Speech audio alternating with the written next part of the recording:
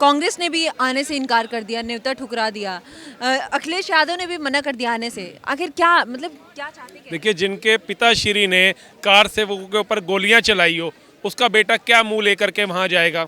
और जो राम सेतु को काल्पनिक बताते थे, राम मंदिर के विरोध में 24 से 25 वकील खड़े करते थे, वो क्या मुंह लेकर के जाएंगे? जब हमने न्यूज़ सुनी ये, मेरा दिल तो बहुत प्रसन्न हुआ देख करके कि ये नहीं जा रहे, क्योंकि जब भी शुभ काम होता है ना, तो उसमें अशुभ फैलाने के लिए ऐसे जो दुष्ट लोग हैं ना, नहीं जाने चाहिए। धर्म का काम हो रहा है, धर्म के तरीके से यो हमें खुशी है। जो लोग निरादर करते हैं, हिंदुओं की आस्थाओं का मजाक उड़ाते हैं और जिनको गठबंधन का पार्ट बनाते हैं और वो बोलते हैं सनातनी डेंगू मलेरिया है, उनको लेकर के ये जाएंगे राम मंदिर? किस मुंह से जाएंगे? अगर ये भगवान ना करे कदम रखते भी ना, तो 100 करोड़ जो हिंदू है ना, उनके दिलों को ठेस पहुंचती कि कल तक भगवान को काल्पनिक बताने वाले, सनातन का मजाक उड़ाने वाले किस मुंह से यहाँ पहुँच गए।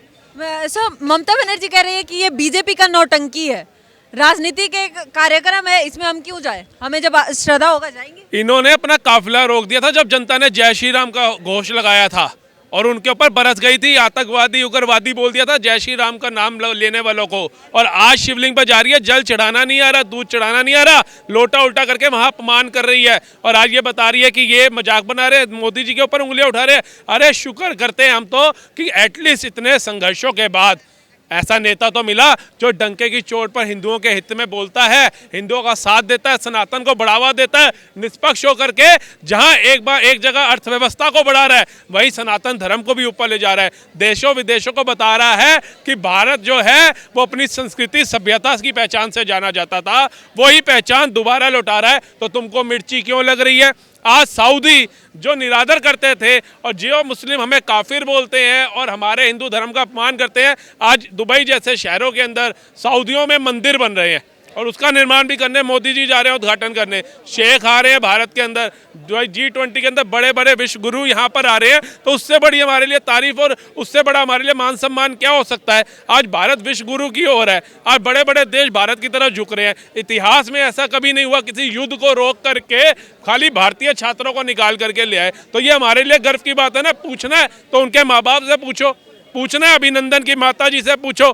जब अभिनंदन जी का वायुयान वहां गिरा तो वहां के जो मंत्री थे बौखला गए, जहाँ पे सांसद के अंदर खड़े होकर बोल रहे हैं कि भैया अभिनंदन को छोड़ दो, नहीं तो मोदी आर्मी भेज देगा। इतनी उनकी हो गई। और आज से पहले ये बम फेंकते थे, आतंकवादी भेजते थे और ये करते थे ओबामा जा करके। हमारे सेना कितने शौर्य से इनके सैनिक पकड़ती थी, मारती थी, और इन्हीं की नेता इंदिरा गांधी 93,000 सैनिक रिहा कर देती थी।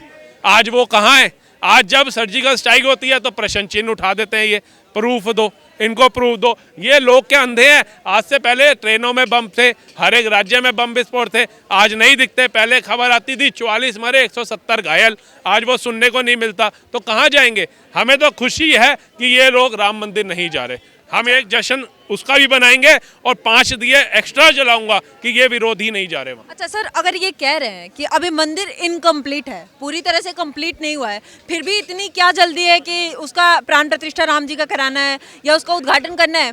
ये वोट बैंक के लिए हो रहा है, बीजेपी की तरफ से राजनीति हो रहा है, तो मतलब इसमें क्या लगता है? पास कोई मुद्दा नहीं है, ये रेत में से सुई ढूंढ रहे हैं।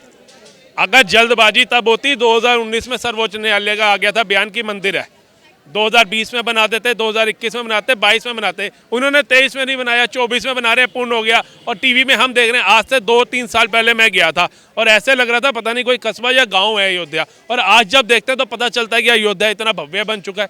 आज गोल्ड का वो डोर देख रहे हैं जो गर्भगृह का दरवाजा है, खुशी हो रही है।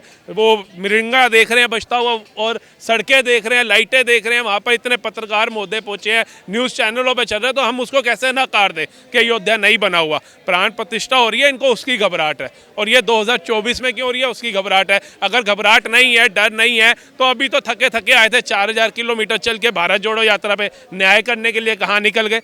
न्याय दिला देते राजस्थान की बहन बेटियों को, जहाँ बलात्कार का स्तर इतना बढ़ गया था कि इन्हीं के नेता बोलते थे कि मर्दों का प्रदेश है। न्याय दिलाते बिहार की बहन बेटियों को, न्याय दिलाते बंगाल के अंदर हिंदुओं को जो जिनको नरसंहार करे, उधर न्याय नहीं दिलाया। न्याय दिलाने पहुंचे मणिपुर और मुंबई तक, वहाँ किसको न्याय दिला रहे हो? 70 साल से अयोध्या के संत ले रहे थे, मांग रहे थे न्याय, नहीं दिया। राम भक्त मांग रहे थे न्याय, नहीं दिया। वो भी तो कह रहे हैं कि बीजेपी मणिपुर क्यों नहीं पहुंची?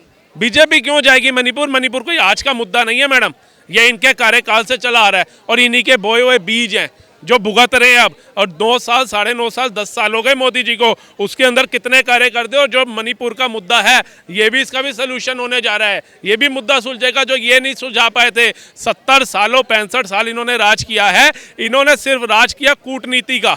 इन्हें पता था राजा का बेटा राजा तभी बनेगा जब प्रजा अनपढ़ रहेगी, प्रजा बेरोजगार रहेगी। आज प्रजा को रोजगार मिल रहा है। अगर रोजगार इंडस्ट्रियों से नहीं आ रहा है, प्रजा कम पढ़ी लिखी है, तो राम मंदिर के अंदर जो दुकानें होंगी, रिक्शे चलेंगे, कार चलाई जाएंगी, होटल खुलेंगे, ढाबे खुलेंगे, उसके अंदर रोजगार मिलेगा। क्या लग रहा है कितना इससे अयोध्या का कितना संपूर्ण रूप से देखें तो कितना विकास हो सकता हो गया मैडम, आपने न्यूज नहीं देखी? तमिलनाडु को पछाड़कर यूपी देखिए दूसरे नंबर पर सबसे बड़ी जीडीपी बन गया देश की।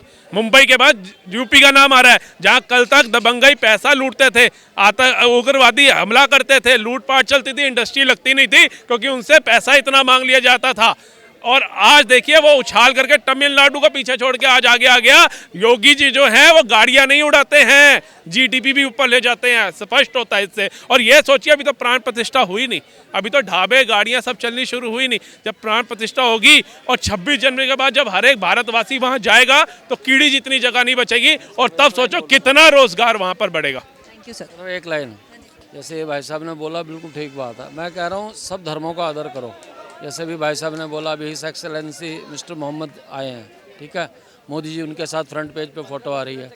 सब धर्मों का आदर करो, लेकिन इसके ऊपर मैं एक अपनी बात बता रहा हूँ कि ठीक है, और हमारा क्या है, हम सब कह रहे हैं इसी चीज़ को मैं रिपीट करूँ, हम सर्वधर्म समभाव दिखाते, हम सर्वधर्म समभाव दिखाते, वो राम पर प्रश्न चिन्ह लगाते, चंद वोटों की खातिर, चंद नोटों की खातिर काहे अपनी औकात बताते, काहे को राम पर प्रश्न लगाते। उनको क्या राम नहीं भाते?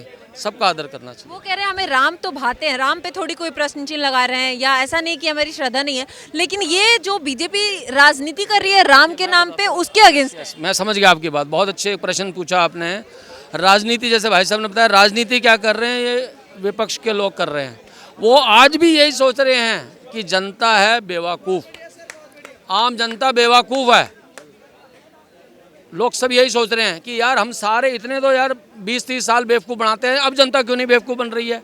क्योंकि अब इंटरनेट का ज़माना है, पहले लोगों को पता ही नहीं था। अभी थोड़े दिन पहले एक चैनल में किसी ने बोल दिया, एक पार्टी का नाम लिया जी, हमें पकड़ के ले जाते थे। उसने तो बिल्कुल स्पष्ट बोला, पढ़ी लिखी लेडी ने, कि हमको 500 रुपया देते थे, गाड़ी आती थी, कुछ खाने पीने को देते थे, और बाद में उसने कांग्रेस का नाम ले दिया। ये ओपन उसने सार्वजनिक रूप से बोला है एक टीवी चैनल में। तो आप खुद देखिए क्या अंदाजा था कि सारी उम्र हम बेवकूफ़ बनाते आगे, अब जनता बेवकूफ़ बन रही है, अब उनका दाव चल नहीं रहा। अब कह रहे जनता को गुमराह करना है, गरीबी हटाओ, गरीबी हटाओ, गरीबी हटाओ। साले गरीब मर गए, कोई चिंता नहीं करी। मतलब आपकी जो बात का आप मेरा इशारा समझ गए होंगे। अभी क्या लगता है, अगर कांग्रेस का निमंत्रण ठुकराना, विपक्ष ने जो निमंत्रण ठुकराया, वो क्या प्रभाव हो सकता है इलेक्शन में भी 24 वाले? साज को आज की जरूरत ही नहीं है, अब तो इन्होंने स्पष्ट कर दिया। और इनके जो कार्यकर्ता अभी भी हिंदू, सनातनी और जिस भी किसी धर्म के, अगर उनको लगता है कि इन्होंने ये आमंत्रण ठुकरा करके राम जी का नहीं 100 करोड़ हिंदुओं का, सनातनियों का अपमान किया है, तो उनको इनकी पार्टी छोड़नी चाहिए। और जैसा सुनने में आ रहा है छोड़ भी रहे हैं। कुछ कार्यकर्ता इनके अगेंस्ट भी जा रहे हैं प्रदर्शन। बिल्कुल, अब नहीं आंखें खुलेंगी तो कब खुलेंगी? कहते हैं जब जागो तब सवेरा। हम तो कहते हैं देर है दुरुस्त है, जागना चाहिए। मैं बोल रहा हूँ कि सबसे बड़ी हास्यास्पद बात यह है कि इनके एडवाइजर भी मूर्ख हैं। मैं बिल्कुल स्पष्ट बोल रहा हूँ, उनके एडवाइजर भी मूर्ख हैं कि भैया तुम क्यों ठुकरा रहे हो, इतनी औकात किसी की नहीं है, मेरी औकात नहीं है, किसी की औकात नहीं है कि किसी भी हम धर्म का अनादर करें।